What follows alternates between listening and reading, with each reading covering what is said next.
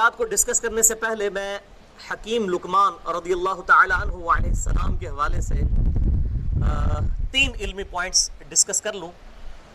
علمی point number 1، سورہ لقمان قرآن حکیم میں سورت نمبر ہے 31 اور اس کا پارہ ہے 21. اس سورت کا نام حکیم لقمان کے نام کے اوپر ہے، جو ایک حبشی النسل غلام تھے.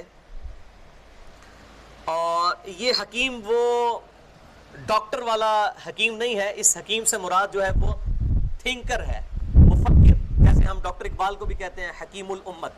وہ یہ نہیں کہ وہ حکیم تھے یا ڈاکٹر تھے، یعنی حکمت اور دانائی کی انٹلیکچوئل گفتگو کرنے والے لوگ. تو چونکہ عرب کی ٹریڈیشن کے اندر ان کو کوٹ کیا جاتا تھا، ان کے اقوال زرعی لوگوں کو یاد تھے، جس طرح کہ یہاں پہ بھی اکثر لوگوں کو ڈاکٹر اقبال کے اشعار یاد ہیں، لوگ اپنے دلائل کی سپورٹ میں اس کو کوٹ کرتے ہیں. تو اللہ تعالیٰ نے مشرکین عرب کو یہ دعوت دی کہ جس حکیم لقمان کی اتنی حکمت بری باتیں تم ڈسکس کرتے ہو اور لوگوں کو بیان کرتے ہو، انہوں نے اس سے بھی بڑھ کر حکمت کی باتیں ارشاد فرمائی ہیں جن سے تم صرف نظر کرتے ہو. اور ان باتوں کو اللہ تعالیٰ نے پرٹیکولرلی سورہ لقمان میں ذکر کیا، اور سیدنا لقمان رضی اللہ تعالیٰ عنہ علیہ السلام کے نام پر اس سورت کا نام بھی سورہ لقمان رکھ دیا، سورت نمبر 31.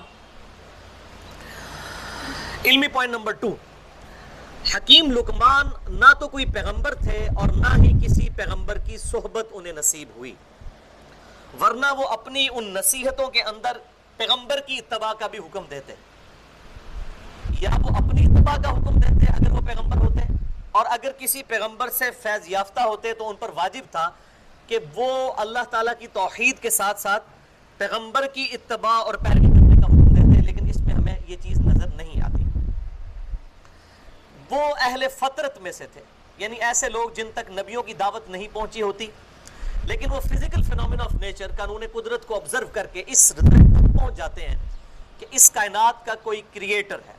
جو میں اکثر بولا کرتا ہوں، God is the only explanation of all the physical phenomena in this universe. خدا ہی وضاحت ہے اس کائنات میں ہونے والے تمام جو قدرتی فینومینا ہیں، مظاہر ہیں، ان سب کے پیچھے گاڈ ہے. تو ان چیزوں کو آبزرو کر کے وہ خدا کی ہستی تک پہنچ چکے تھے کہ اس کائنات کو کسی نے بنایا ہے، یہ بغیر بنائے بنی نہیں ہے، کسی کے بنانے سے بنی ہے. اور اس ذات کے ساتھ انسان کو کسی بھی مخلوق کو اس ذات کے ساتھ شریک نہیں ٹھہرانا چاہیے. یہ حبشی النسل غلام تھے، موٹے ہونٹوں والے اور کالے رنگ والے. ہمارے لوگ تو کہتے ہیں جی بڑا خوبصورت چہرہ ہونا چاہیے. حبشی کتنا بھی خوبصورت ہو، ہمارے انڈیا پاکستان کے اندر تو اس کا چہرہ خوبصورت تو شمار نہیں کیا جائے گا، موٹے ہونٹوں کے ساتھ اور کالے رنگ کے ساتھ. لیکن اللہ کے حضور یہ چیزیں نہیں ہیں. صحیح مسلم میں حدیث ہے، اللہ تعالیٰ تمہاری شکلوں اور مال کو نہیں دیکھتا بلکہ دلوں اور اعمال کو دیکھتا ہے. شکل کو اس نے کیوں دیکھنا ہے؟ شکل تو اس نے خود بنائی ہوئی ہے. اگر اس شکل میں کوئی نقص ہے معاذ اللہ تو وہ اللہ تعالیٰ نے خود بنایا ہوا ہے. اگر کسی کو خوبصورتی دے کر آزمایا تو کسی کو بدصورت رکھ کے آزمایا، کسی کو دے کے آزمایا، دولت میں کسی سے لے کر آزمایا. تو یہ اللہ تعالیٰ نے آزمائش والا معاملہ کیا ہے. یہ حبشی النسل تھے، سوڈان کے قریب ان کا علاقہ تھا. اور امام طبری رحمہ اللہ تعالی المتوفی 310 ہجری، جنہوں نے سب سے پہلے قرآن کی تفسیر لکھی ہے باقاعدہ طور پر، اور حافظ ابن کثیر المتوفی 774 ہجری نے جو کچھ تفسیر ابن کثیر میں نقل کیا ہے، زیادہ تر آپ سمجھ لیں کہ وہ چھاپا ہی مارا ہے امام طبری کا. یہ سب سے پہلے مفسر جو ہے امام طبری. تو انہوں نے حکیم لقمان کے حوالے سے کافی واقعات بھی نقل کیے ہیں اور کافی ڈیٹیلز لکھی ہیں، اسرائیلی روایات بھی لکھی ہیں، بے سند ہیں، لیکن کئی چیزیں جو ہے ظاہر ہے کہ جب وہ ٹریڈیشن میں چلتی ہیں تو تواتر کی حد تک پہنچ جاتی ہیں. مثال کے طور پر ان کو ان کے آقا نے ایک دفعہ کہا، ایک بکری دی اور کہا کہ اس بکری کو ذبح کرنے کے بعد اس بکری کے سب سے بہترین اعضاء لے آؤ. تو یہ ذبح کر کے اس بکری کا دل اور زبان نکال کر لے آئے. پھر ان کے مالک نے ایک اور بکری دی اور کہا کہ سب سے بدترین اعضاء جو ہیں اس بکری کے وہ لے کر آؤ. تو حکیم لقمان پھر سے دل اور زبان کو لے کر آئے. اس نے کہا یہ کیا؟ تو فرمانے لگے کہ دل اور زبان اگر یہ درست ہو جائیں تو ان سے بہتر کوئی عضو نہیں ہو سکتا، اور اگر یہ ٹیڑھے ہو جائیں تو ان سے ٹیڑھے کوئی اعضاء نہیں ہو سکتے. یہ بہت حکمت کی بات ہے الحمدللہ. اس قسم کے کئی واقعات جو ہیں وہ عرب کی ٹریڈیشن میں ان کے مشہور تھے. علمی پوائنٹ نمبر 3، حکیم لقمان سے متعلق جو سب سے اہم ترین نصیحتیں تھیں وہ اللہ تعالیٰ نے سورہ لقمان، ان کے نام پر سورت رکھی، اور وہ 8 نصیحتیں جو ان کی اپنی تھیں وہ اس میں بیان فرمائیں ان 9 آیات کے اندر، آیت نمبر 12 سے لے کر 19 تک. اور 2 نصیحتیں جو حکیم لقمان سے سکپ ہو گئی تھی، اور وہ نصیحتیں تھیں ماں باپ کے حقوق سے متعلق. شاید انہوں نے عاجزی کی وجہ سے چھوڑ دی ہوں، کیونکہ لگتا ایسا ہی ہے کہ ان کی موت کا وقت قریب تھا اور انہوں نے اپنے بیٹے کو مرنے سے پہلے یہ نصیحتیں کی ہیں، اور اس وقت ظاہر ہے کہ ماں باپ کے حقوق کے حوالے سے نصیحت کرنا شاید ایسا کوئی فائدہ نہ دیتا، اور یہ بھی ممکن ہے کہ انہوں نے عاجزی کی بنا کے اوپر اپنا نام یعنی اس میں نہیں شامل کیا، ماں باپ سے ریلیٹڈ ان کو کوئی نصیحت نہیں کی. بہرحال وہ بہت اہم ترین نصیحتیں تھیں، تو اللہ تعالیٰ نے وہ 2 نصیحتیں ماں باپ کے حوالے سے حکیم لقمان کی 8 نصیحتوں میں ایڈ کر کے یہ کل 10 بنا دی. تلک عشرۃ کاملہ، یہ پوری ہوئی 10 نصیحتیں. انشاءاللہ ہم ان کو 10 کی 10 نصیحتوں کو آج مختصر سے وقت میں ڈسکس کریں گے، اور میں اپنی گفتگو کی فلوئنسی برقرار رکھنے کے لیے کوشش کروں گا کہ جہاں مجھے حوالے یاد ہوں میں ریفرنسز، آیات کے نمبرز اور احادیث کے نمبرز بتاؤں، لیکن ادروائز میں انشاءاللہ آیات کے ریفرنسز اور احادیث کی کتابوں کے نام ضرور بتاؤں گا اگر میں نے ان کے نمبرز نہ بھی بتائے. تو ان آیات کو ڈسکس کرنے سے پہلے ایک دفعہ درود شریف پڑھ لیجیے. اللہم صلی علی محمد وعلی آل محمد کما صلیت علی ابراہیم وعلی آل ابراہیم انک حمید مجید. اللہم بارک علی محمد وعلی آل محمد کما بارکت علی ابراہیم وعلی آل ابراہیم انک حمید مجید. سورہ لقمان آیت نمبر 12 سے لے کر 19 تک 9 آیات. اعوذ باللہ من الشیطان الرجیم، بسم اللہ الرحمن الرحیم. وَلَقَدْ آتَيْنَا لُقْمَانَ الْحِكْمَةَ أَنِ اشْكُرْ لِلَّهِ، اور بے شک ہم نے لقمان کو حکمت اور دانائی، عقل مندی عطا فرمائی تھی کہ اللہ کا شکر ادا کرو. یعنی حکمت کا تقاضا یہی ہے کہ انسان اللہ کا شکر ادا کرے، اور شکر کی سمپل ڈیفینیشن یہ ہے کہ اللہ تعالیٰ نے جو جو اعضاء دیے ہیں، آنکھیں دی ہیں تو اللہ کی اطاعت میں استعمال ہو، نافرمانی میں استعمال نہ ہو. زبان کا شکر یہ ہے کہ زبان اللہ تعالیٰ کی اطاعت میں استعمال ہو، نافرمانی میں استعمال نہ ہو. اسی طریقے سے جتنے اعضاء ہیں وہ اللہ تعالیٰ کے حکم کی پیروی میں استعمال ہو. یہ اللہ کیا پریکٹیکل شکر ہے. شکر صرف یہ نہیں ہے کہ کوئی تسبیح پھیر لے شکر کی اور پریکٹیکلی وہ ان اعضاء سے اللہ کی نافرمانی کر رہا ہے تو وہ شکر شمار نہیں ہوگا. وَمَن يَشْكُرْ، اور جو کوئی شکر کی روش اختیار کرے گا فَإِنَّمَا يَشْكُرُ لِنَفْسِهِ، تو وہ شکر تو ادا کرے گا صرف اپنے ہی بھلے کو. یعنی اللہ تعالیٰ کو کوئی ٹینشن نہیں اگر کوئی اس کا نافرمان ہو جائے، اللہ کو کوئی فرق نہیں پڑتا. وَمَن كَفَرَ، اور جو کوئی ناشکری کی روش اختیار کرے گا فَإِنَّ اللَّهَ غَنِيٌّ حَمِيدٌ، تو بے شک اللہ تعالیٰ غنی ہے، بے پرواہ ہے، اسے کوئی پرواہ نہیں، چاہے اس کا کوئی شکر ادا کرے چاہے نہ کرے، اس کو وہ فرق نہیں پڑتا. فَإِنَّ اللَّهَ غَنِيٌّ حَمِيدٌ، وہ خود اپنی ذات میں حمید ہے، ستودہ صفات ہے.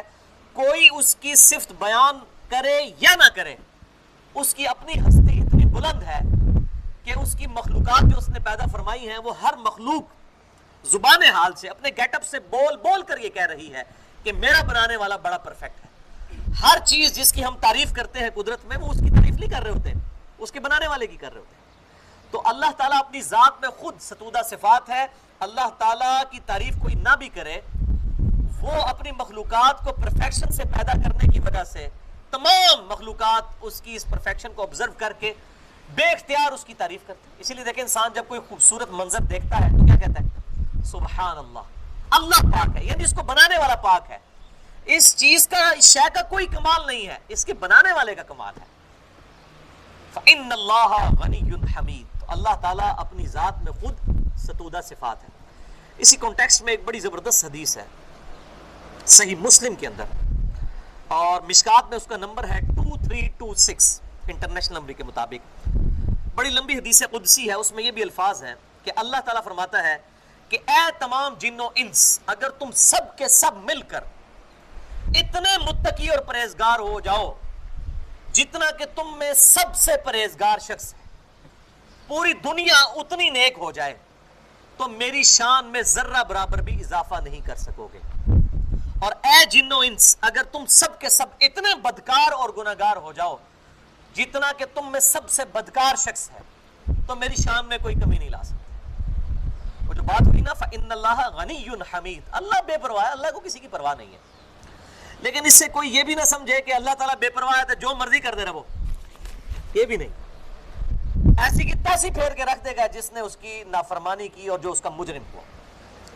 یہ بھی سائملٹینیس کنٹراسٹ یاد رکھنا ہے. سورہ الزمر کی آیت نمبر 7 ہے, اعوذ باللہ من الشیطان الرجیم, ان تکفروا, اگر تم اللہ کی ناشکری کرو گے, فإن اللہ غنی عنکم, تو بے شک اللہ تعالیٰ بے پرواہ ہے, لیکن ولا یرضی لعبادہ الکفر, لیکن اللہ تعالیٰ قطعاً یہ پسند نہیں کرتا کہ اس کا کوئی بندہ اس کے ساتھ کفر کرے, ناشکری کی روش اختیار کرے. یہ کفر سے مراد یہ نہ سمجھے کوئی ہندو سکھ عیسائی ہے, عملی کافر بھی ہو سکتا ہے. کوئی ایک مسلمان ہے, کلمہ گو ہے, لیکن نماز نہیں پڑھ رہا. صحیح مسلم میں حدیث ہے جس نے جان بوجھ کر نماز چھوڑی گویا اس نے کفر کیا, عملاً وہ کافر ہے, عقیدے میں بے شک مسلمان ہے. تو کفر, ناشکری, انکار عربی میں یہ ہمارا انڈیا پاکستان بنگلہ دیش والا کفر نہیں ہے, بلکہ اس سے مراد ہے چاہے وہ کوئی عملی کافر ہو چاہے وہ اعتقادی کافر ہو. اللہ اپنے بندوں سے کفر, ناشکری کو, نافرمانی کو پسند نہیں کرتا. وَإِن تَشْكُرُوا يَرْضَاهُ لَكُمْ, اور اگر تم اس کی شکر گزاری کرو گے, اس کی اطاعت کرو گے, یہ تم سے وہ پسند کرتا ہے. وَلَا تَزِرُ وَازِرَةٌ وِزْرَ أُخْرَى, اور کوئی جان اٹھانے والی کسی دوسری جان کا بوجھ نہیں اٹھائے گی. ثُمَّ إِلَىٰ رَبِّكُمْ مَرْجِعُكُمْ, اس کے بعد تمہیں اپنے رب کے پاس لوٹ کر جانا ہے. فَيُنَبِّئُكُمْ بِمَا كُنتُمْ تَعْمَلُونَ, پھر وہ تمہیں خبر دے دے گا جو کچھ تم دنیا میں اعمال کیا کرتے تھے. إِنَّهُ عَلِيمٌ بِذَاتِ الصُّدُورِ, بے شک اللہ تعالیٰ سینوں کے چھپے ہوئے رازوں کو بھی جانتا ہے, اتنا باریک بین ہے. انسان اپنی داڑھی سے, پگڑی سے پبلک کو دھوکہ دے سکتا ہے, اللہ کو نہیں دے سکتا, کیونکہ صحیح مسلم میں حدیث ہے اللہ تعالیٰ تمہاری شکلوں اور مال کو نہیں دیکھتا, دلوں اور اعمال کو دیکھتا ہے. اللہ کے حضور جو رجوع لانے والا دل ہے, سلیم الفطرت, اس کی قدر ہے. اسی طریقے سے سورۃ الحجر کے حوالے میں 49 نمبر اور 59 نمبر آیت ہے, یہ بہت اہم آیت ہے. آج کل جو یہ فتنہ کھڑا کیا ہے این جی اوز کی جانب سے بھی اور کچھ سمجھ لیں غیر مسلموں کی جانب سے بھی, اور ہمارے مسلمانوں میں بھی کچھ جو ناواقف لوگ ہیں جو علماء کے برے کردار کی وجہ سے متنفر ہیں اور کسی حد تک صحیح متنفر ہیں, لیکن وہ دین کی پکچر اس طرح پیش کرتے ہیں کہ جی گاڈ از آل لونگ, اللہ تو سب سے محبت کرتا ہے. اور یہ خصوصاً کرسچنز نے یہ ڈکوسلا مچایا ہوا ہے کہ جی مسلمانوں کا خدا تو صرف اطاعت کرنے والوں سے محبت کرتا ہے, نافرمانی والوں سے نفرت کرتا ہے, جبکہ ہمارا خدا سب سے محبت کرتا ہے. تو میں نے پھر ان لوگوں کو باقاعدہ علمی پھکی اور الزامی جواب دیا ہے, اینٹی وینم, کہ ہماری جو یہ موقف ہے, جو قرآن حکیم کی ڈاکٹرائن ہے, اس کو دنیاوی معاملات بھی سپورٹ کر رہے ہیں. مجھے بتائیں, دنیا میں اگر ہمیں اختیار دیا جائے کہ ہم کسی ایسی عورت کو موت دے دیں جس کے 4 چھوٹے چھوٹے بچے ہوں, ہم گوارا کریں گے؟ چاہے وہ ہماری ریلیٹو بھی نہ ہو, ہم کہیں گے نہیں چھوٹے چھوٹے بچے ہیں, یتیم ہو جائیں گے, ان کے مینٹل ماڈلز تک بدل جائیں گے, ان کا کیا بنے گا, ترس کھائیں گے نا. تو جو لوگ یہ ڈاکٹرائن کہہ رہے ہیں کہ گاڈ از آل لونگ, اللہ تعالیٰ تو سب سے محبت کرتا ہے, وہ نفرت کسی سے نہیں کرتا, تو اس سے پوچھے پھر وہ ایسی ہزاروں عورتوں کو موت کیوں دے دیتا ہے جن کے چھوٹے چھوٹے بچے ہوتے ہیں؟ اگر آل لونگ ہے تو نہیں, وہ موت دے کر آزماتا ہے, کسی کو زندگی دے کر آزماتا ہے, کسی سے لے کر آزماتا ہے. یہ دنیا آزمائش ہے. اگر صرف دنیا کی زندگی ہوتی, آخرت کی زندگی نہ ہوتی, تو واقعی ظلم تھا ایسی عورت کو موت دینا. لیکن اگر آخرت کی زندگی ہے, آخرت کے بغیر تو یہ دین کی ڈاکٹرائن مکمل ہی نہیں ہو سکتی. تو قرآن کا کنسپٹ کیا ہے؟ یہ آج کل ہمارے اسکولوں میں بھی اس قسم کی نظمیں, مجھے بتایا گیا دار ارقم جیسے اسکول کے اندر یہ نظم پڑھائی جا رہی تھی, تو میرے پاس ایک بھائی ہے کہ جی گاڈ از آل لونگ. میں نے کہا یہ کلمہ کفر ہے. قرآن حکیم کی ڈاکٹرائن یہ ہے, سورہ الحجر آیت نمبر 49 اور 50, نبی عبادی انی انا الغفور الرحیم, اے میرے محبوب صلی اللہ علیہ وآلہ وسلم میرے بندوں کو یہ خبر دے دو کہ بے شک میں ضرور بخشنے والا مہربان ہوں, لیکن آدھی پکچر نہ بتانا. وَأَنَّ عَذَابِي هُوَ الْعَذَابُ الْأَلِيمُ, اور میرے بندوں کو یہ بھی بتا دو کہ میرا عذاب بھی بڑا دردناک ہے. God is all loving, یہ بالکل ٹوٹلی فیک ڈاکٹرائن ہے. خدا محبت کرتا ہے اطاعت کرنے والوں کے ساتھ اور نفرت فرماتا ہے نافرمانوں کے ساتھ. باقی دنیا میں سبسسٹنس لیول کے اوپر رزق دے گا. ظاہر ہے اس نے جب زندگی دی ہے تو آپ کو کھانے پینے کو بھی دے گا, سانس کے لیے آپ کو آکسیجن بھی دے گا, پانی بھی دے گا, وہ اس کی ذمہ داری ہے. لیکن اس کا یہ مطلب نہیں کہ وہ آپ سے محبت کر رہا ہے, نہیں, محبت کرے گا انہی کے ساتھ جو اس سے محبت کریں گے. اور اللہ تعالیٰ کی صفات کا ظہور انسان کے ذریعے ہوا ہے نا. کلائمیکس کریشن کا انسان ہے نا. لقد خلقنا الانسان فی احسن تقویم. تو انسان بھی دیکھ لیں, انسان بھی جو اپنے نافرمان ہیں ان سے ناراض ہوتا ہے اور جو اس کی اطاعت کرتے ہیں ان سے خوش ہوتا ہے. تو یہ بالکل غلط کنسیپٹ ہے. اسلام کا کنسیپٹ یہ ہے کہ گاڈ از آل لونگ نہیں, بلکہ اللہ تعالیٰ محبت بھی فرماتا ہے اور اللہ تعالیٰ جو ہے غضب بھی فرماتا ہے اپنے نافرمانوں کے اوپر. اب میرے بھائیو سیدنا لقمان کی پہلی نصیحت آ رہی ہے. وَإِذْ قَالَ لُقْمَانُ لِابْنِهِ, اور یاد کرو جب لقمان نے اپنے بیٹے سے فرمایا, وَهُوَ يَعِظُهُ, جبکہ وہ اس کو نصیحت کر رہے تھے. شاید ان کی موت کا وقت قریب تھا, اپنے بیٹے کو بلا کے انہوں نے نصیحت کی. یا بنیا, اے میرے بیٹے, لا تشرک باللہ, اللہ کے ساتھ کسی کو شریک نہ ٹھہرانا. پہلی نصیحت کی کہ توحید, جو میں اکثر بولتا ہوں, شرک is the most sensitive issue in the sight of Allah. Allah کے حضور سب سے زیادہ حساس معاملہ ہے شرک کا. اے میرے بچے, اللہ کے ساتھ کسی کو شریک نہ ٹھہرانا. ان الشرک لظلم عظیم, بے شک شرک سب سے بڑا ظلم ہے. ظلم عربی زبان میں کہتے ہیں کسی شے کو اس کے اصلی مقام سے ہٹا کر دوسرے مقام پر رکھ دینا. چاہے مخلوق میں سے کسی کو اٹھا کر اللہ کے مد مقابل کھڑا کر دیا جائے, یا اللہ تعالیٰ کو نعوذ باللہ صفات میں گرا کر مخلوق کے ساتھ اٹیچ کر دیا جائے, یہ دونوں شرک ہے. میرے بچے شرک نہ کرنا, بے شک شرک سب سے بڑھ کر ظلم ہے.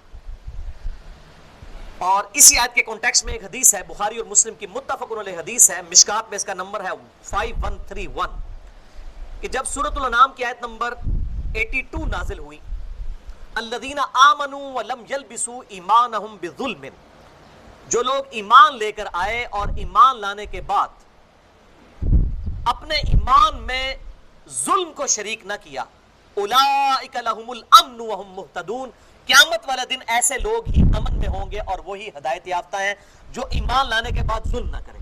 تو صحابہ کرام تو آیت کو آیت لیتے تھے, پریشان ہو گئے. انہوں نے کہا یا رسول اللہ صلی اللہ علیہ وآلہ وسلم, یہ کیسے ہو سکتا ہے کہ کوئی شخص ایمان لانے کے بعد ظلم نہ کرے؟ گناہ تو کسی سے ہو ہی جائے گا. ظلم کہتے ہیں گناہ کو. ربنا ظلمنا انفسنا وان لم تغفر لنا وترحمنا لنکونن من الخاسرین, اے ہمارے رب ہم نے اپنی جانوں پر ظلم کیا. کوئی بھی گناہ چھوٹے سے چھوٹا بھی ہو ظلم تو ہے. تو صحابہ نے کہا کہ یہ جو کہا گیا قیامت والے دن وہ لوگ امن میں ہوں گے اور ہدایت پر جو اللہ تعالیٰ کے اوپر ایمان لانے کے بعد ظلم نہ کریں. تو ان کا صحابہ کرام نے عرض کیا اللہ کے محبوب صلی اللہ علیہ وآلہ وسلم, یہ کیسے ہو سکتا ہے کہ کوئی شخص گناہ کرے ہی نہ؟ تو آپ صلی اللہ علیہ وآلہ وسلم نے فرمایا اس ظلم سے مراد ہر ظلم نہیں ہے, بلکہ اس ظلم سے مراد وہ ظلم ہے جس کی نصیحت لقمان علیہ السلام نے اپنے بیٹے کو کی تھی. ان الشرک لظلم عظیم. آپ صلی اللہ علیہ وآلہ وسلم نے سورہ لقمان کی آیت نمبر 13 تلاوت کی. اس سے مراد وہ شرک, سب سے بڑا شرک جو ظلم ہے, سب سے بڑا ظلم شرک ہے. اور یہ وہ ظلم ہے جس کے بارے میں کیٹاگوریکل مینشن ہوا سورہ النساء میں 2 دفعہ, آیت نمبر 48 اور 116 میں.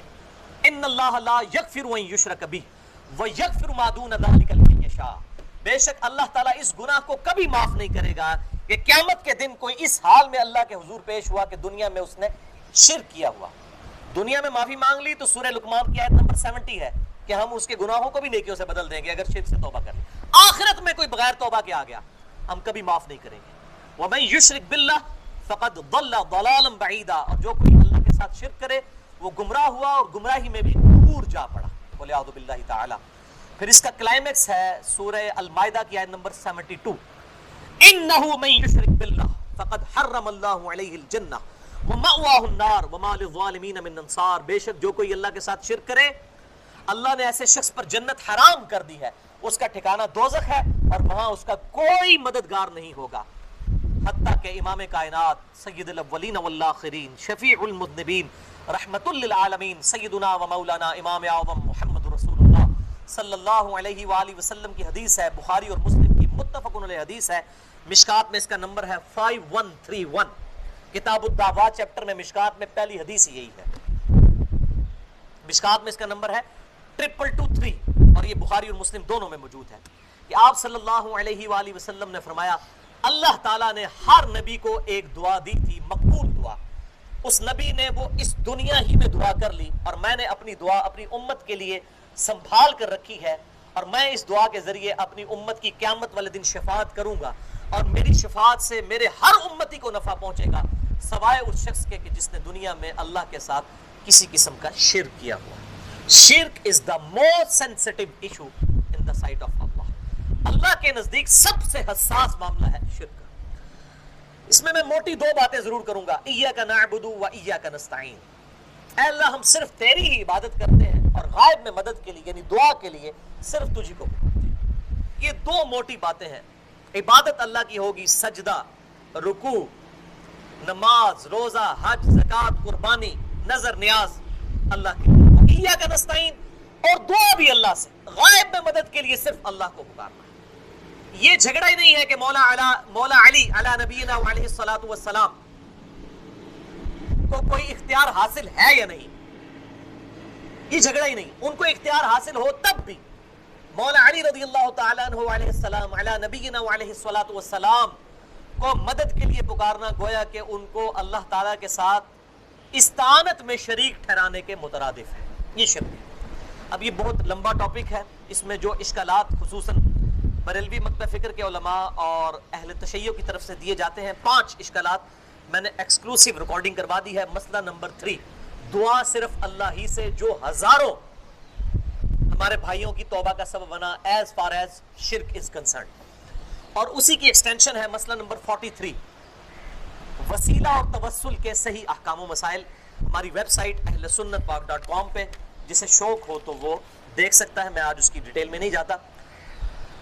یہ پہلی نصیحت تھی سیدنا لقمان علی نبینا علیہ الصلوۃ والسلام رضی اللہ تعالیٰ عنہ. یہ علی نبینا کا مطلب ہوتا ہے کہ ہمارے نبی پر بھی سلام ہو اور جس شخص کا میں نام لے رہا ہوں اس پر بھی سلام ہو.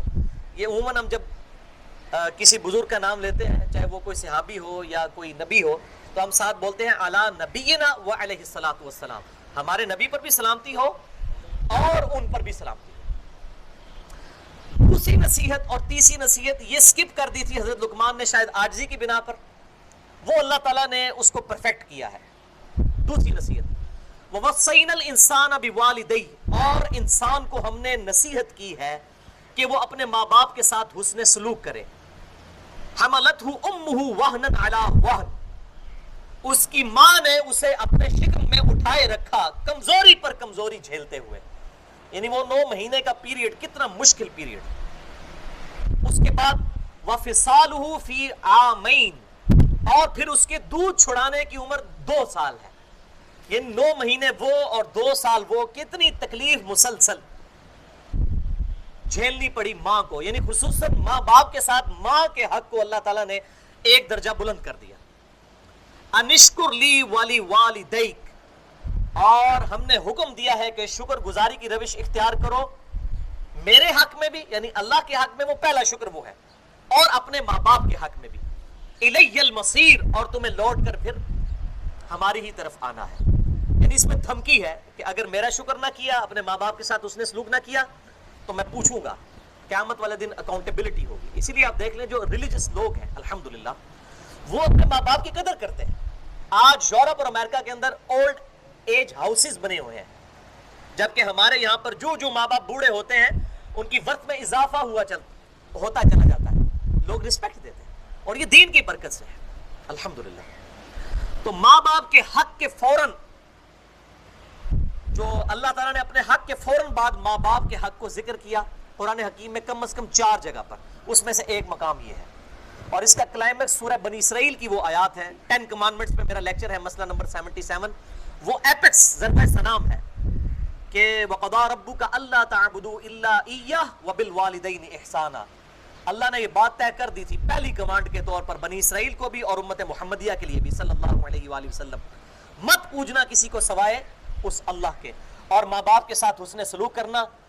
اور ماں باپ دونوں یا دونوں میں سے کوئی ایک بڑھاپے کو پہنچ جائیں ان کو اف تک بھی مت کہنا اور ان کے سامنے اپنے عاجزی کے اعتبار سے کندھے جھکا کر رکھنا اور ان کے لیے دعا کرنا، رب ارحمہما کما ربیانی صغیرا، اے میرے رب ان دونوں پر رحم فرما جس طرح بچپن نے انہوں نے مجھے رحم کر کے پالا تھا۔ یہ پوری آیات مسئلہ نمبر 77 میں سورہ بنی اسرائیل آیت نمبر 23 سے لے کے 39 تک 10 کمانڈمنٹس میں نے کور کی ہیں۔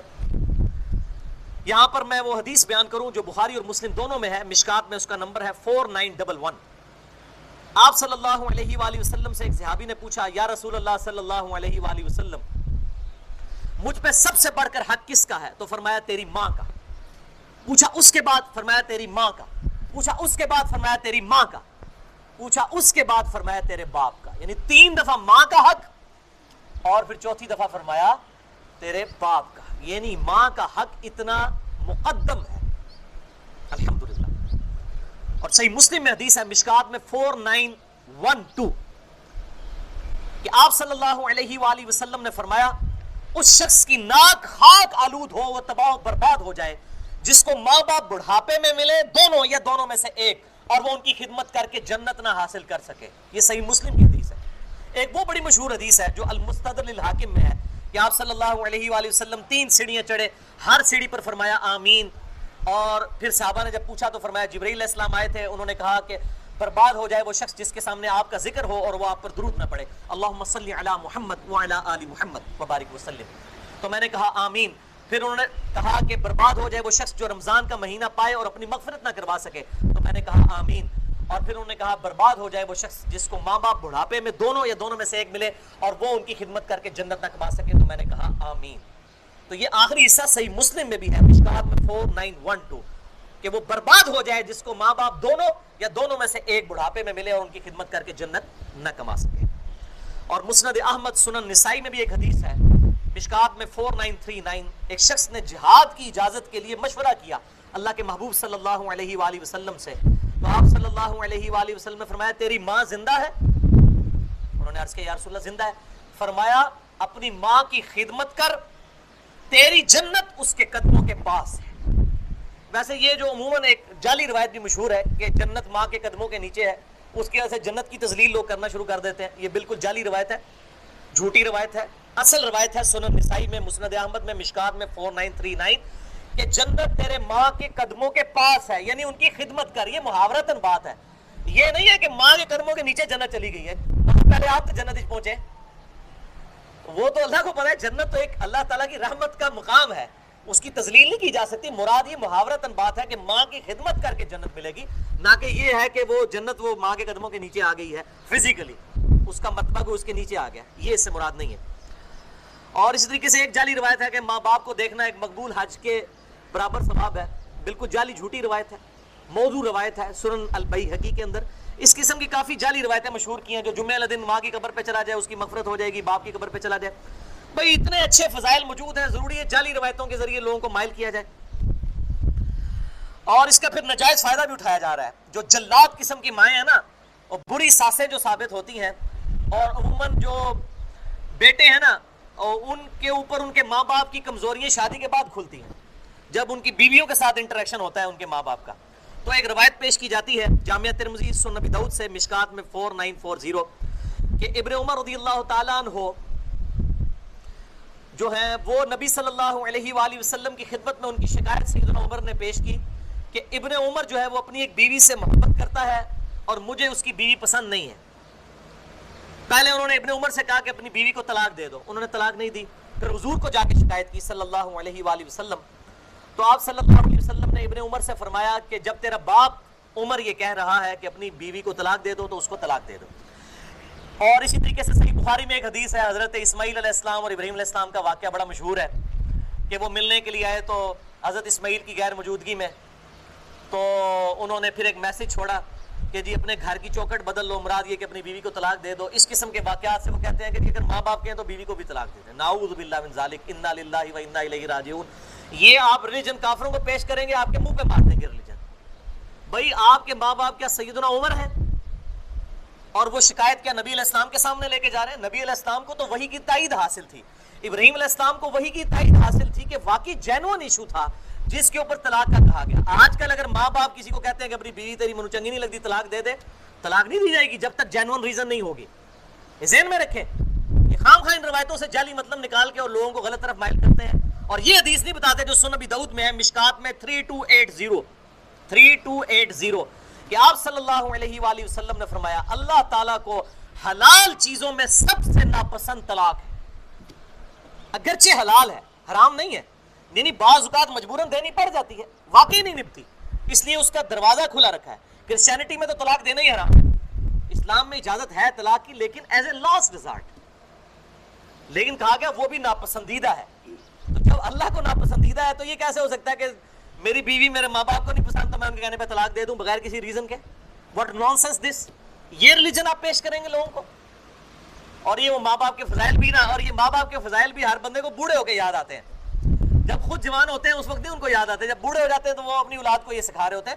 ماں باپ کے بھی اولاد پر حقوق ہیں اور اولاد کے بھی ماں باپ پہ حقوق ہیں. یہ سائملٹینیس کنٹراسٹ ہے. اور صحیح مسلم کی حدیث جس پہ میرا ایک کلپ بھی چڑھا ہوا ہے برمودا ٹرائنگل پہ, کہ شیطان کا تخت پانیوں پہ لگا ہوا ہے, شام کے وقت سارے شتونگڑوں کو بلاتا ہے وہ, اور ہر شتونگڑا کہتا ہے میں نے آج یہ گناہ کروایا, آج میں نے یہ گناہ کرایا. تو شیطان خوش نہیں ہوتا. ایک کہتا ہے کہ آج میں نے میاں بیوی کے درمیان جدائی کروا دی. شیطان اس کو جناب جب بھی ڈال کے ملتا ہے, گلے لگتا ہے کہ تو صحیح کام کیتا ہے, کیونکہ جب طلاق ہوگی تو اس پورے معاشرے کی بنیاد جو ہے میاں بیوی کے ریلیشن شپ کے اوپر ہے. جب یہ ڈسٹرب ہو جائے گا تو پورا معاشرہ ہی جو ہے وہ تتر بتر ہو جائے گا, اولاد بھی بکھر جائے گی, وہ اولاد ناسور بن جائے گی معاشرے کے لیے. تو میاں بیوی کا ریلیشن شپ بہت اہم ہے.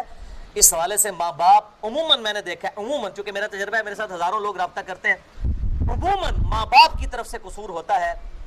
جو بہو ہوتی ہے اس کا قصور بہت کم ہوتا ہے, وہ تو بیچاری نئے گھر میں آئی ہے. بہو کو اگر وہ ساتھ جو ہے وہ وہی پروٹوکول دے جو اپنی بیٹی کو دیتی ہے تو آپ دیکھیں وہ کس طرح خدمت کرتی ہے. کئی بہو ہیں جنہوں نے اپنے ساس سسر کو سنبھالا ہے, ماں باپ کو تو کبھی توفیق ہی نہیں, ان کے بیٹوں کو تو توفیق ہی نہیں ہوئی بیٹیوں کو. وہ دوسرے ملکوں میں بیٹھے ہوئے ہیں اور ہم یہاں بیٹھ کے جو ہے نا وہ ان کے رشتہ داروں کے جنازے پڑھ رہے ہوتے ہیں, اور جناب ان کی خوشی غمی میں ہمیں مصیبت پڑی ہوئی ہوتی ہے جو باہر جا کے بیٹھے ہوئے ہیں وہ, اور خدمتیں یہاں پہ بہویں کر رہی ہوتی ہیں. تو یہ بڑا سینسٹیو ایشو ہے, لہٰذا میں نے یہ ماں باپ کے حقوق پہ چونکہ بات کی تھی تو میں نے اس کو بیلنس بھی کر دیا. تیسری نصیحت بھی اللہ تعالیٰ نے ایڈ کی ہے, ساتھ ہی اس کو دیکھیں بیلنس کیا ہے. وَإِن جَاهَدَاكَ عَلَىٰ أَن تُشْرِكْ بِي مَا لَيْسَ لَكَ بِهِ عِلْمٌ, اگر تیرے ماں باپ اس بات پر زور لگائیں کہ تو میرے ساتھ شریک ٹھہرائے کسی کو جس کا علم تیرے پاس نہیں ہے, بغیر علم کے تو کوئی ایسی بات میری طرف منسوب کر دے جو شرک پر مبنی ہے, فَلَا تُطِعْهُمَا, تو اپنے ماں باپ کا کہنا نہیں ماننا. کتنے بولے لوگ ہیں وہ آگے پوچھ رہے ہوتے ہیں جی میری ماں کہتی ہے میں دودھ نہیں بخشاں گی جے تو داڑھی رکھ لے, تو میں اب ماں باپ کا حکم مانوں یا اللہ کے نبی کا حکم مانوں؟ دیکھو بھائی, ماں باپ کی تو اوقات سٹارٹ ہی اس وقت ہوگی جہاں پہ اللہ اور اس کے نبی صلی اللہ علیہ وآلہ وسلم کا حکم اینڈ ہوگا. بخاری اور مسلم کی حدیث ہے, تم میں سے اس وقت تک کوئی مؤمن ہی نہیں ہو سکتا جب تک کہ میں اسے اس کے ماں باپ اولاد سب لوگوں سے بڑھ کر عزیز نہ ہو جاؤں. اس کا کیا مطلب ہے کہ ماں باپ کہہ رہے ہیں کہ اللہ کے محبوب کی نافرمانی کرو, اللہ کے محبوب کوئی اور ارشاد فرما رہے ہیں صلی اللہ علیہ وآلہ وسلم, ان کی پیروی کی جائے, تب آپ اللہ کے محبوب صلی اللہ علیہ وآلہ وسلم کو سب سے بڑھ کر عزیز مانیں گے. مومن ہی نہیں ہوگا کوئی شخص. تو بڑے بھولے بن کے عورتیں بھی پوچھ رہی ہوتی ہیں جی وہ جی میری والدہ کہتی ہیں کہ جی حجاب نہ کرو, بس صرف ایسے ہی کر لو, تو اب میں ماں باپ کا حکم مانوں؟ بھئی ماں باپ کا حکم تو سٹارٹ ہوگا اللہ اور اس کے محبوب صلی اللہ علیہ وآلہ وسلم کے احکامات کے اندر اندر. نافرمانی والا قرآن نے کہہ دیا مت ان کا کہنا ماننا. وَصَاحِبْهُمَا فِي الدُّنْيَا مَعْرُوفًا, لیکن ساتھ ہی بیلنس کر دیا دنیا میں ان سے اچھے طریقے سے پیش آنا. یہ نہ ہو کہ اگر ماں باپ دین پہ نہیں چلنے دے رہے تو ان کے ساتھ بدتمیزی شروع کر دو, نہیں, دنیا میں ان کے ساتھ معروف طریقے سے پیش آؤ. وَاتَّبِعْ سَبِيلَ مَنْ أَنَابَ إِلَيَّ, اور پیروی تو اس شخص کی کرو جس نے میرا راستہ اختیار کر لیا ہوا ہے, یعنی اللہ کا پیغمبر, اس کی اتباع کرو, یا پیغمبر کے راستے پر چلنے والے لوگوں کی اتباع کرو. اس آیت سے وہ پیر نصیر الدین صاحب نے نا مسئلہ تقلید ثابت کیا. وہ کہتے ہیں اس میں آیا نا کہ پیروی کر اس کی جو میرا راستہ اختیار کرے, وہ کہتے ہیں اس سے اماموں کی تقلید ثابت ہوتی ہے. یہ پیروی کر اتباع تو آیا ہے نبی صلی اللہ علیہ وآلہ وسلم کے لیے. من یطع الرسول فقد اطاع اللہ, قل ان کنتم تحبون اللہ فاتبعونی یحببکم اللہ. اتباع ہوگی اللہ کے محبوب صلی اللہ علیہ وآلہ وسلم کی, یا پھر اللہ اور اس کے محبوب صلی اللہ علیہ وآلہ وسلم کے پروٹوکول کے اندر اندر حکمران وقت کی بھی, خلفائے راشدین کی بھی, صحابہ کی بھی, لیکن ان سے ٹکرائے نہ. تب ثم الی مرجعکم فانبئکم بما کنتم تعملون، اس کے بعد تمہیں لوٹ کر میرے ہی پاس آنا ہے، پھر میں تمہیں خبر دے دوں گا جو کچھ تم دنیا میں کیا کرتے تھے۔ تو اللہ کے حکم کی خلاف ورزی، ماں باپ کی پیروی میں یہ حرام ہے۔ خواہش نفس کی پیروی کو بھی کہا گیا ہے کہ یہ شرک ہے۔ سورہ الجاثیہ آیت نمبر 23 میں افرائیت من اتخذ الہہ ہوا، اے محبوب صلی اللہ علیہ وآلہ وسلم بھلا اس شخص کو دیکھا جس نے اپنی خواہش نفس کو اپنا خدا مان لیا ہے۔ ایک شخص فجر کے وقت اپنی نیند قربان نہیں کرتا اور نماز کے لیے بستر نہیں چھوڑتا، اس نے اپنے بسترے کو اپنا معبود مان لیا۔ ایک بندہ ماں باپ کی اطاعت کے اندر اللہ کے حکم کو توڑ دیتا ہے، اس نے اپنا معبود اپنے ماں باپ کو مان لیا، نعوذ باللہ من ذالک، وہ شرک کی کیٹیگری میں فال کر گیا۔ اگرچہ یہ شرک اصغر ہے، وہ شرک اکبر میں نہیں آتا، جس طرح کہ ریاکاری شرک اصغر ہے اور یہ بھی شرک اصغر، لیکن ہے تو شرک کی کیٹیگری میں فال کرتا ہے۔ پھر بخاری و مسلم کی متفق علیہ حدیث ہے مشکات میں 3665، مولا علی رضی اللہ تعالیٰ عنہ علیہ السلام کہتے ہیں کہ میں نے خود نبی صلی اللہ علیہ وسلم سے یہ بات سنی تھی کہ معصیت میں کوئی اطاعت نہیں ہے، اللہ کی نافرمانی میں مخلوق کی کوئی اطاعت نہیں ہے، مخلوق کی اطاعت صرف معروف میں ہے، یعنی حکمران وقت کا حکمران اگر نیکی کے کاموں کا حکم دیتا ہے اس میں اطاعت کی جائے گی، اگر وہ گناہ کی طرف بلاتا ہے، چاہے ماں باپ ہو، حکمران ہو، پیر ہو، استاد ہو، مرشد ہو، ان کی بات نہیں مانی جائے گی۔ اللہ از دا ٹاپ پرائورٹی۔ اور ہمارے معاشرے میں تو میرے بھائیوں معذرت کے ساتھ ماں باپ کو بعض لوگوں نے بالکل بت بنا دیا، ٹیکسیوں کے پیچھے لکھا ہوتا ہے ماں باپ کی دعا سے، ماں کے قدموں کی خاک، ماں باپ کی دعا، مرشد کی نگاہ، ھذا من فضل ربی بڑے تھوڑے لوگوں نے لکھا ہوتا ہے، حالانکہ پہلے یہ لکھا ہوا ہونا چاہیے، اس کے نیچے آپ ضرور لکھیں۔ یہ ہندوانہ معاشرے کے ذریعے جس طریقے سے ایک ماں باپ کو اس لیول پہ اٹھا دیا کہ گاڈ کے مقابلے پہ کھڑا کر دیا، رسپیکٹ ضرور دیں، لیکن اب کتنے لوگ ہیں وہ مطلب کوئی ینگ بندہ جو ہے وہ داڑھی رکھ لیتا ہے، پریکٹسنگ مسلمان بن جاتا ہے، وہ پانچے اوپر کر لیتا ہے، تو وہ آ کے اس کو اس کے ماں باپ کے دوست احباب بھی سمجھا رہے ہوتے ہیں کہ جناب تو اپنے ماں باپ کی خدمت کر، کن کاموں میں لگ گیا ہے، ابھی تیری عمر ہے، تو نے جوانی میں روگ لگا لیا، اس قسم کی باتیں کرتے ہیں۔ بھائی ماں باپ کی عزت جو کرنی ہے وہ اللہ کی وجہ سے کرنی ہے، ورنہ ماں باپ تو اس قابل ہے کہ ان کو اولڈ ایج ہاؤس میں رکھ دیا جائے، جس طرح گوروں نے رکھا ہوا ہے، وہ صحیح رکھا ہوا ہے انہوں نے دنیاوی اعتبار سے۔ وہ کہتے ہیں انہوں نے اپنی یاشیاں کی ہیں اپنی جوانی میں، اب ہماری یاشی کرنے کا وقت ہے۔ یہ ریلیجن ہے، دین ہے جس نے آپ کو یہ بات سکھائی ہے کہ ماں باپ کی خدمت کریں، اسی ریلیجن کو تختہ مشق بنا کے آپ ماں باپ کی اتباع کرنا شروع کر دیں اللہ اور اس کے محبوب صلی اللہ علیہ وآلہ وسلم کے مقابلے پر، تو لعنت کھٹنے نکالا ہے نا۔ نہ ماں باپ کی بات مانی جائے گی، نہ کسی حکمران کی، نہ کسی استاد کی، نہ کسی بزرگ کی، نہ کسی شیخ الحدیث کی، نہ شیخ القرآن کی، اللہ اور اس کے محبوب صلی اللہ علیہ وسلم کے مقابلے پر۔ حتیٰ کہ بخاری و مسلم میں ایک حدیث ہے، آپ صلی اللہ علیہ وآلہ وسلم نے ایک قافلہ صحابہ کا روانہ کیا، ان میں سے ایک شخص کو امیر مقرر کیا، اس نے وہاں لکڑیاں جلائیں اور حکم دیا کہ میں تمہارا امیر ہوں، امیر کی اطاعت اللہ اور اس کے رسول کی اطاعت ہے، سب کے سب ان آگ کی لکڑیوں میں کود پڑو۔ تو انہوں نے کہا نہیں، خوشی کرنا تو اسلام میں حرام ہے۔ ان کا میں امیر ہوں، امیر کی اطاعت واجب ہے۔ انہوں نے کہا نہیں، امیر کی اطاعت واجب ہے اللہ اور اس کے محبوب صلی اللہ علیہ وسلم کی اطاعت کے اندر۔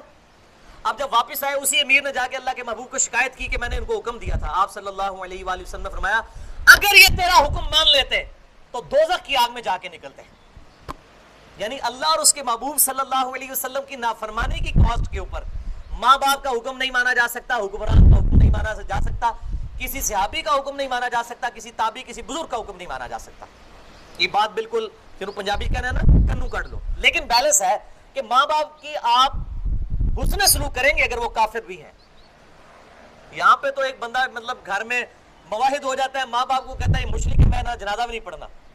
یہ ایٹیچیوڈ نہیں ہونا چاہیے، یہ غلط ایٹیچیوڈ ہے۔ حسن سلوک کریں گے، وہ کلیئر کٹ آ گیا کہ وَصَاحِبْهُمَا فِي الدُّنْيَا مَعْرُوفًا، دنیا میں معروف طریقے سے ان کے ساتھ بیہیو کرو۔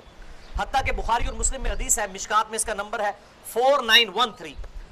اسما بنت ابی بکر کہتی ہیں کہ میں نے نبی صلی اللہ علیہ وسلم سے عرض کیا ہے اللہ کے نبی میری ماں مشرکہ ہے اور وہ مجھ سے صلہ رحمی چاہتی ہیں، مجھے ملنے کے لیے آئی ہیں، کیا میں ان کے ساتھ حسن سلوک کروں؟ آپ صلی اللہ علیہ وسلم نے فرمایا ہاں، اگرچہ وہ مشرکہ ہے لیکن تیری ماں ہے، اس کے ساتھ حسن سلوک کر، دنیا میں حسن سلوک کرنا ہے۔ چوتھی نصیحت وہ حکیم لقمان کی ہی ہے رضی اللہ تعالیٰ عنہ علیہ السلام، یا بنی انہا ان تک مثقال حبۃ من خردل اے میرے بچے اگر تو نے کوئی نیکی کا کام یا برائی کا کام کیا چاہے وہ رائی کے دانے کے برابر ہوا فَتَكُنْ فِي صَخْرَةٍ أَوْ فِي السَّمَاوَاتِ أَوْ فِي الْأَرْضِ چاہے وہ کسی چٹان میں چھپ کے کسی غار میں کیا یا آسمانوں میں کیا. آسمانوں میں تو ویسے آج کل کر رہے ہیں ہمارے پی اے اے کی وہ ایئر ہوسٹس جو ہیں وہ موبائل فون اور اس طرح کی چیزیں ہیں اور ہیروئن چوری کر کے لے کے جا رہے ہیں. آج کے دور میں یہ اپلائی ہو گیا. چاہے آسمانوں میں کوئی گناہ کیا چاہے زمین کی کسی گہرائی میں کیا یا کسی چٹان میں چھپ کے کیا یاتی بہ اللہ اللہ تعالیٰ قیامت والے دن سامنے لے آئے گا. ان اللہ لطیف خبیر بے شک اللہ تعالیٰ باریک بین ہے اور خبردار ہے. یہ کہتا ہے اللہ تعالیٰ چھوٹی چھوٹی چیزوں نہیں بہت باریک بین ہے. اچھا اکثر لوگ کہتے ہیں اللہ چاہے تو چھوٹی سی غلطی معاف بھی کر دے گا. یہ کوئی نہیں کہتا ہے اللہ تعالیٰ چاہے تو چھوٹی سی غلطی پکڑ بھی لے گا. او جی ایک وہ بخاری مسلم میں حدیث ہے ایک عورت تھی بڑی بدکار تھی اس نے ایک پیاسے کتے کو اپنے موزے میں پانی پلا دیا اللہ نے بخش دیا. بھائی بخاری مسلم میں یہ ہے کہ ایک عورت بڑی نیک تھی اس نے ایک بلی کو بھوکا قید رکھا جس کی وجہ سے وہ مر گئی اللہ تعالیٰ نے اسے دوزخ میں پھینک دیا. یہ سائملٹینیس کنٹراسٹ ہے. اچھا آپ یہ پیش کریں گے وہ کہیں گے اسی سے کہنا دیکھو جتنا بھی نیک ہو ہے نا چھوٹی سی غلطی اللہ پکڑ لیتا ہے ادھر اس طرف چل پڑیں گے تو دل بے ایمان تو اجتا ٹھہر. اللہ تعالیٰ سے ڈرے. نبی عبادی انی انا الغفور الرحیم اے میرے نبی میرے بندوں کو خبر دے دو بے شک میں معاف کرنے والا مہربان ہوں اور یہ بھی خبر دے دو کہ میرا عذاب بھی دردناک ہے. اللہ اکبر. اور سورہ الزلزال میں جو آیا فَمَن يَعْمَلْ مِثْقَالَ ذَرَّةٍ خَيْرًا يَرَهُ وَمَن يَعْمَلْ مِثْقَالَ ذَرَّةٍ شَرًّا يَرَهُ جو ذرے کے برابر بھی نیکی کرے گا قیامت والے دن اللہ تعالیٰ اس کو لے آئے گا اور جو ذرے کے برابر گناہ کرے گا اللہ تعالیٰ اس کو بھی لے آئے گا. آگے کنزیکٹو 4 نصیحتیں ایک ہی آیت میں ہے 5ویں 6ٹی 7ویں اور 8ویں. یا بنیا اے میرے بچے اقم الصلاۃ نماز کو قائم رکھ وامر بالمعروف اور نیکی کا حکم دے. 5ویں نصیحت نماز کو قائم رکھ 6ٹی نصیحت نیکی کا حکم دے ونہا عن المنکر اور 7ویں نصیحت برائی سے روک اور 8ویں نصیحت اس کا نتیجہ ہے واصبر علی ما اصابک اور صبر کر جو لوگ تجھے تکلیف دیتے ہیں. ظاہر ہے جب آپ لوگوں کو برائی سے روکیں گے تو لوگ آپ کو تکلیف دیں گے زبان کے ذریعے بھی فزیکلی بھی دیں گے. ان ذالک من عزم الامور بے شک یہ جو کام ہے یہ بڑی ہمت کے کام ہے. کون سے کام؟ یہ 4 کام. نماز کو قائم کرنا لوگوں کو نیکی کا حکم دینا برائی سے روکنا اور پھر صبر کرنا. نیکی کا حکم دینے سے لوگ بڑے خوش ہوں گے آپ کو ہار بھی ڈالیں گے. آپ کسی کو بتائیں نا جی آج میں نے رات کو 50 نفل پڑھے ہیں اور آپ کے جی آج آ رہی ہے جناب شب قدر ہے آپ بھی 50-100 نفل پڑھیں لوگ کہیں گے بڑا نیکی کا کام ہے. لیکن آپ وہیں پہ کھڑے ہو کے کہیں گے جی میں نہ تو خود گانے سنتا ہوں نہ آج کے بعد مارکیٹ میں گانے میں نے چلنے دینے ہیں پھر تک تو کہڑا ہار جڑے جتیاں دا ہار پاون گے. جب آپ برائی سے روکیں گے نا مصیبت کھڑی ہو جاتی ہے. نیکی کا کرسی دیں مرزا صاحب کو. نیکی کا حکم دینے سے کوئی بندہ پریشان نہیں ہوتا جب برائی سے روکتے ہیں نا اس وقت لوگوں کو تکلیف ہو جاتی ہے. اور سورۃ العصر میں اللہ تعالیٰ نے اسی لیے کہا ہے الا الذین آمنوا وعملوا الصالحات وتواصوا بالحق وتواصوا بالصبر. سب کے سب لوگ ناکام ہیں سوائے ان لوگوں کے جو نمبر 1 ایمان لائے نمبر 2 نیک اعمال کیے نمبر 3 انہوں نے لوگوں کو حق بات کی تلقین بھی کی نیکی کی تلقین کی برائی سے روکا اور نمبر 4 پھر صبر بھی کیا صبر کی تلقین بھی کی. کیوں میرے بھائیوں جب آپ نیکی کا حکم دیں گے اس کا لازمی نتیجہ ہے برائی سے روکنے کا کہ پھینٹی لگ جائے گی. بولے اعوذ باللہ تعالی. صحیح مسلم میں حدیث ہے مشکات میں 569 آپ صلی اللہ علیہ وآلہ وسلم نے فرمایا بندے کے کفر اور اسلام میں فرق نماز ہے. یہاں لوگ کہتے ہیں نماز نہ بھی پڑھو خیر ہے جو کچھ بھی ہے اللہ تیرے محبوب کی امت سے اسی طرح قبول کر. نعوذ باللہ من ذالک. نماز چھوڑنا گویا کہ عملی کفر ہے. اسی طریقے سے صحیح مسلم میں ایک حدیث ہے مشکات میں 5137 آپ صلی اللہ علیہ وسلم نے فرمایا جو شخص برائی کو دیکھے تو ہو سکے تو اپنے ہاتھ سے روکے. ہاتھ سے نہیں روک سکتا تو کم از کم زبان سے روکے اور زبان سے بھی نہیں روک سکتا اگر اتنا کمزور ہے تو دل میں برا جانے. لیکن ساتھ ہی کہہ دیا ذالک اضعف الایمان یہ دل میں برا جاننا ایمان کا سب سے کمزور ترین درجہ ہے. یہ سمجھ لو بالکل ایج پہ ہے ایک جھٹکا لگے گا ایمان سے فارغ. کم از کم زبان سے برائی کو برائی ضرور کہنا چاہیے. صحیح مسلم میں ایک اور حدیث ہے مشکات میں 5298 آپ صلی اللہ علیہ وآلہ وسلم نے فرمایا قوی مومن اللہ تعالیٰ کو کمزور مومن سے زیادہ محبوب ہے. صحت مند مومن ظاہر صحت مند ہوگا تو نیکی کا کام کرے گا. بیمار آدمی تو مسجد میں بھی نہیں جا سکتا صحیح طریقے سے لیکن اللہ کو دونوں ہی محبوب ہیں اور دونوں ہی میں خیر ہے. تم اپنے لیے نفع بخش چیز کے لیے پوری کوشش کرو اور سستی اور کاہلی نہ کرنا, لیکن پھر بھی اگر رزلٹ تمہارے خلاف آ جائے تو کبھی یہ نہ کہنا کہ میں اگر یہ کر لیتا تو یہ ہو جاتا. یہ اگر مگر شیطان کا دروازہ کھول دیتا ہے. اگر مگر نہ کرنا, بلکہ اللہ تعالیٰ کی مدد طلب کرنا اور سستی نہ کرنا اور کاہلی نہ کرنا. اس کے بعد جو رزلٹ آئے تو پھر کہنا جو اللہ کی مرضی, یعنی کوشش بھی کرنی. یہ نہیں ہے کہ بندہ محنت ہی نہیں کرتا اور دعا کرتا رہتا ہے اللہ میں پیپر پاس ہو جائے, انشاءاللہ فیل ہو جاؤ گے, کبھی پاس نہیں ہوگے. یہ اللہ نے کبھی کہا ہی نہیں ہے. اللہ نے کب کہا بسم اللہ پڑھ کے ساکٹ میں 2 انگلیاں دے دیں تو جناب بچ جاؤ گے؟ نہیں, کبھی نہیں بچو گے انشاءاللہ, کیونکہ دنیا کو اللہ نے اسباب کے ساتھ جوڑا ہے. آپ کہہ دیجیے اللہ میری پیاس دور کر دے, میں پانی نہیں پیوں گا, انشاءاللہ پیاسے مر جائیں گے. اللہ نے دنیا کو اسباب کے ساتھ جوڑا ہے. لیکن کوشش کرنے کے بعد رزلٹ اللہ پر چھوڑیں, اور اس کے بعد رزلٹ اپنے خلاف آئے تو کہیں جو اللہ کی مرضی. انا للہ و انا الیہ راجعون. یہاں پہ میں صبر پہ بہت بول سکتا ہوں. صبر کی 3 قسمیں. نمبر 1 تکالیف پہ صبر. وَلَنَبْلُوَنَّكُمْ بِالشَّيْءٍ مِّنَ الْخَوْفِ وَالْجُوعِ وَنَقْصٍ مِّنَ الْأَمْوَالِ وَالْأَنفُسِ وَالثَّمَرَاتِ. نمبر 2 فرائض پہ صبر. فجر کی نماز پڑھنا سردیوں میں اٹھ کر بسترا چھوڑ کر, گرمیوں میں مشکل ہے, اور گرمیوں کے روزے رکھنا آج کل آپ دیکھ لیں, جون آج 23 جون ہے, مشکل روزہ ہے. فرائض میں استقامت کے لیے بھی صبر چاہیے. اور نمبر 3 گناہ سے بچنے پر صبر. راتوں رات حرام کما کے انسان امیر ہو کے پوری زندگی جو ہے صحیح گزار سکتا ہے, بد نگاہی کر کے لذت وقتی حاصل کر سکتا ہے. یہ بد نگاہی سے بچنے پر صبر کرنا, آنکھوں کی حفاظت پہ صبر کرنا, رزق حلال کمانے پر صبر کرنا, یہ بھی صبر. تکلیف پہ صبر نمبر 1, نمبر 2 فرائض پہ استقامت پہ صبر, اور نمبر 3 جو ہے وہ صبر گناہوں سے بچنے پر صبر. اب میرے بھائیوں آخری 2 نصیحتیں, 9ویں اور 10ویں. 9ویں نصیحت, وَلَا تُسَعِّرْ خَدَّكَ لِلنَّاسِ. اور اے میرے بچے تکبر کرتے ہوئے اپنے رخسار کو کبھی لوگوں کی طرف سے مت پھیرنا. یہ بعض لوگوں کی عادت ہوتی ہے نا, خصوصاً اتنے کرخت ہوتے ہیں. میں نے عموماً زیادہ تر مذہبی لوگوں کے اندر اور جو یہ پولیٹیکل لیڈرز ہیں ان کے اندر یہ بیماری دیکھی ہے کہ وہ ایسے کجروی کے ساتھ یعنی رخسار پھیر کر کسی سے بات کرتے ہیں. اے میرے بچے رخسار لوگوں سے پھیر کر کجروی سے کبھی بات نہ کرنا. وَلَا تَمْشِ فِي الْأَرْضِ مَرَحًا. اور زمین میں اتراؤ کرنا چلنا, اکڑ کر. یہ نہ کرف والا سوٹ لگایا ہوا ہے اور لگ رہا ہے کہ زمین پھاڑ دے گا. سورہ بنی اسرائیل کی آیت نمبر 37 میں آیا زمین میں اکڑ کر مت چل. نہ تو زمین کو پھاڑ سکتا ہے اور نہ تو بلندی میں پہاڑوں کی چوٹی تک پہنچ سکتا ہے. زمین میں اکڑ کر مت چل.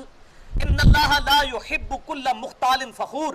بے شک اللہ تعالیٰ گھمنڈ کرنے والے کو, شیخی بگاڑنے والے کو پسند نہیں فرماتا. وَلِعَوْذُ بِاللَّهِ تَعَالَى. میرے بھائیو اس کانٹیکسٹ میں صحیح مسلم میں ایک حدیث ہے, مشکات کے اندر انٹرنیشنل نمبر کے مطابق 5108. آپ صلی اللہ علیہ وآلہ وسلم نے ارشاد فرمایا جس شخص کے دل میں رائی کے دانے کے برابر بھی تکبر ہوا وہ جنت میں نہیں جائے. ایک صحابی نے عرض کیا اللہ کے محبوب صلی اللہ علیہ وسلم انسان کی خواہش ہوتی ہے کہ اچھے کپڑے پہنے, اچھی جوتیاں پہنے, کیا یہ بھی تکبر ہے؟ تو آپ نے فرمایا یہ تکبر نہیں ہے, بلکہ اللہ خوبصورت ہے اور خوبصورتی کو پسند فرماتا ہے.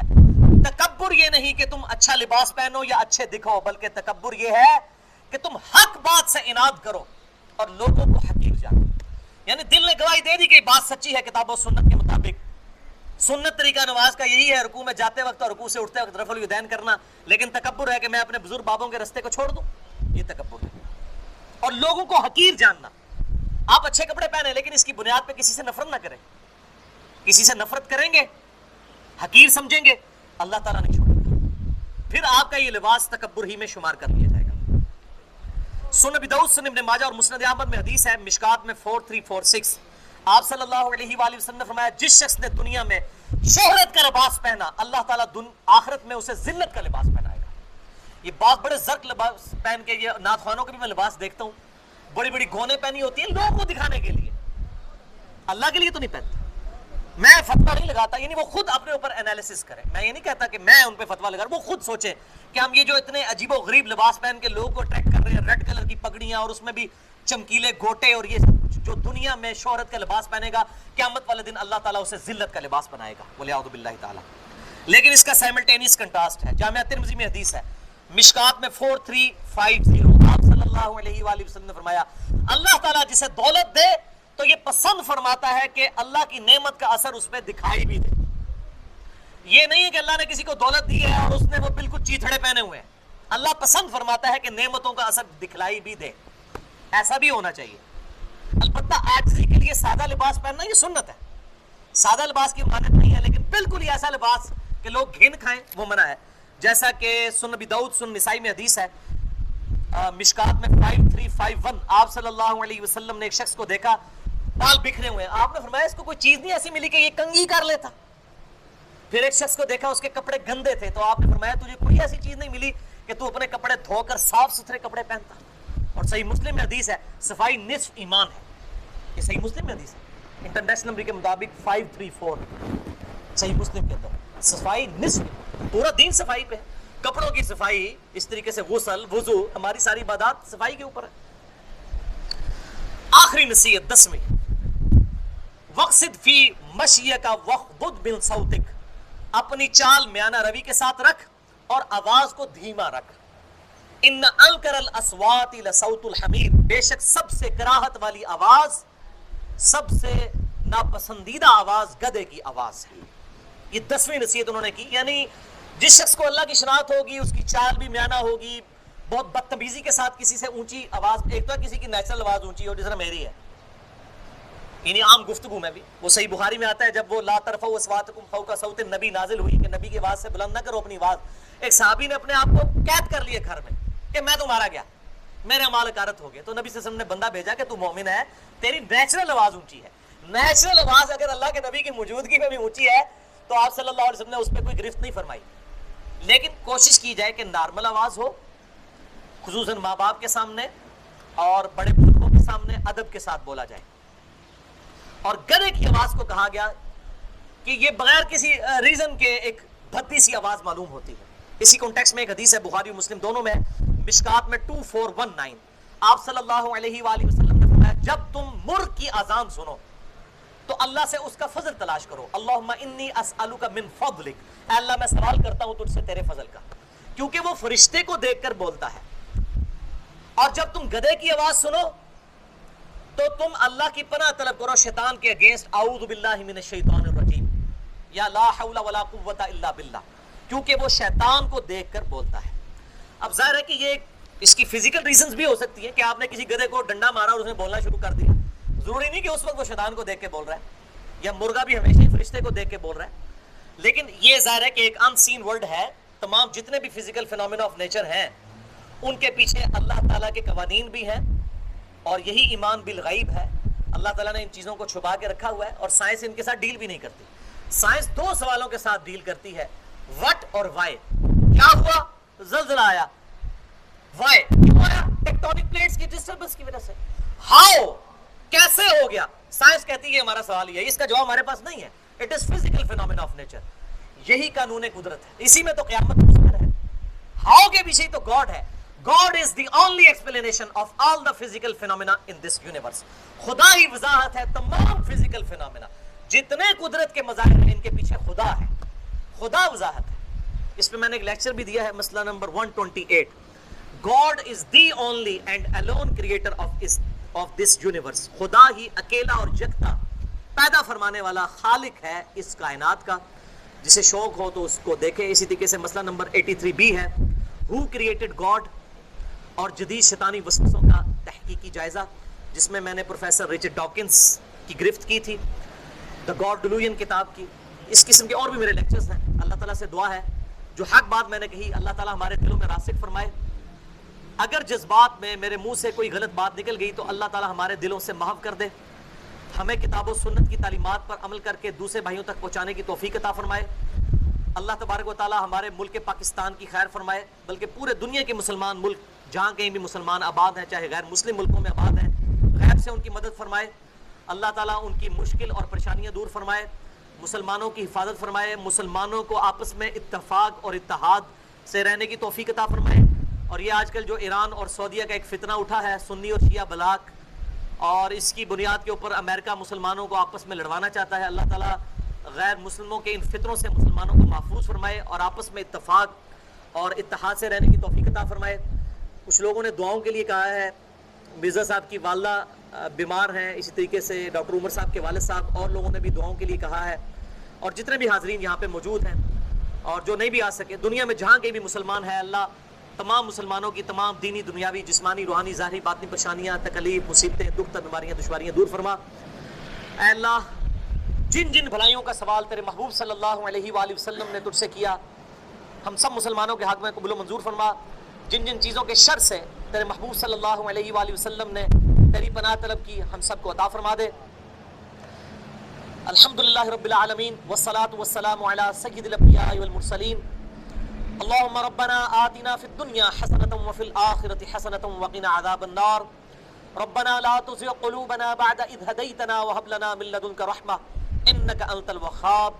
اللهم لا مانع لما اعطیت ولا معطی لما منعت ولا ينفع ذا الجد منك الجد ولا حول ولا قوة الا بالله العلی العظیم. لا الہ الا انت سبحانک انی کنت من الظالمین. رب ارحمهما كما ربیانی صغیرا رب ارحمهما كما ربیانی صغیرا رب ارحمهما كما ربیانی صغیرا. ربنا لا تزغ قلوبنا بعد اذ هديتنا وهب لنا من لدنك رحمة انك انت الوهاب. ربنا آتنا من لدنك رحمة وهيئ لنا من امرنا رشدا.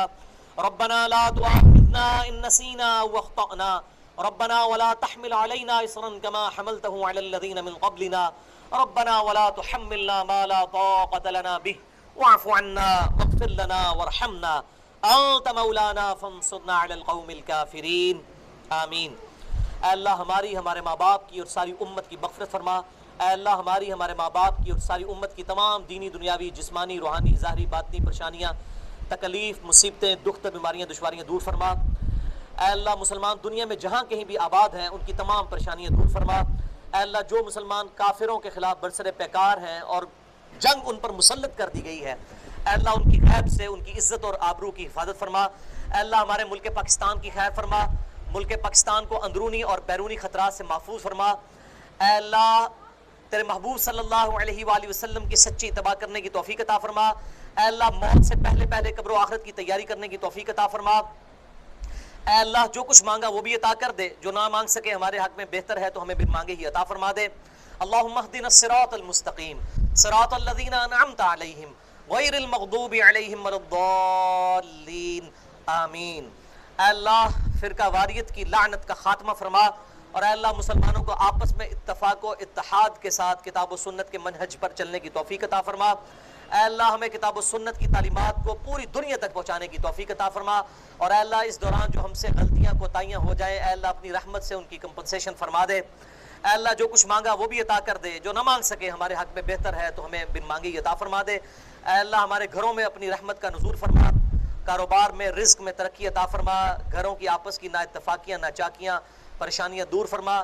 اسی طریقے سے اللہ جو لوگ بھی جادو ٹونا اور وبائی امراض کی وجہ سے پریشان ہیں اللہ ان کی حفاظت فرما. اے اللہ دنیا میں جتنے بھی مسلمان اور جن آباد ہیں اے اللہ جنوں میں بھی جو پریشان حال ہیں اور انسانوں میں بھی جو پریشان حال مسلمان ہیں اللہ تمام کی مشکلات کو دور فرما.